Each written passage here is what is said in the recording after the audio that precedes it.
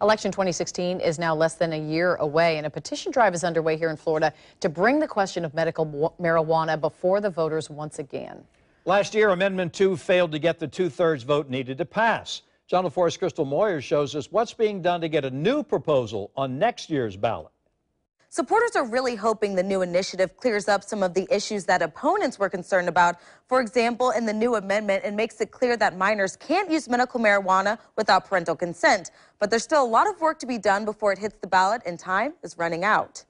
I don't feel like we should have to wait for another possible chance at an amendment in 2016.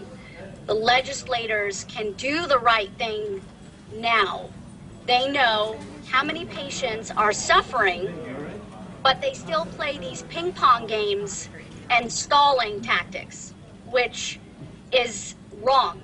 Renee Petro is a medical marijuana advocate with Cannabis. She has a teen son suffering from a rare epilepsy syndrome that causes him to have uncontrollable seizures. She says the conventional treatments aren't working for him. A bunch of medications pumped into his body. All for what? All for him to wake up from this medically induced coma, a drug addict.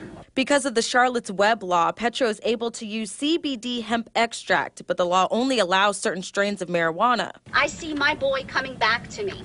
His seizures are stopping.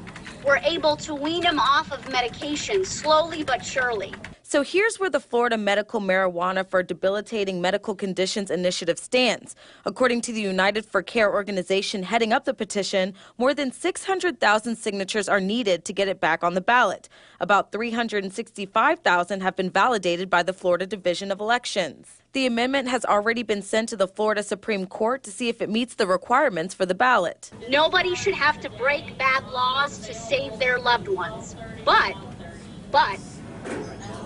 I, for one, will do whatever it takes for my son, and no one will stop me. Although there seems to be growing support for the amendment, there are still a large number of people who are skeptical about medical marijuana or oppose it altogether. The organization Drug Free America is worried the legalization of medical marijuana will give people more access and lead to recreational smoking. I've invited legislators to come to my home. I've invited all the anti-marijuana people to come to my home and let me show them. Let me show them that this is not the demon drug. The proposed amendment has until February 1st to get the required number of ballot signatures to make the ballot. For more information on the proposed medical marijuana initiative, head to our website, news4jax.com. Crystal Moyer, Channel 4, the local station.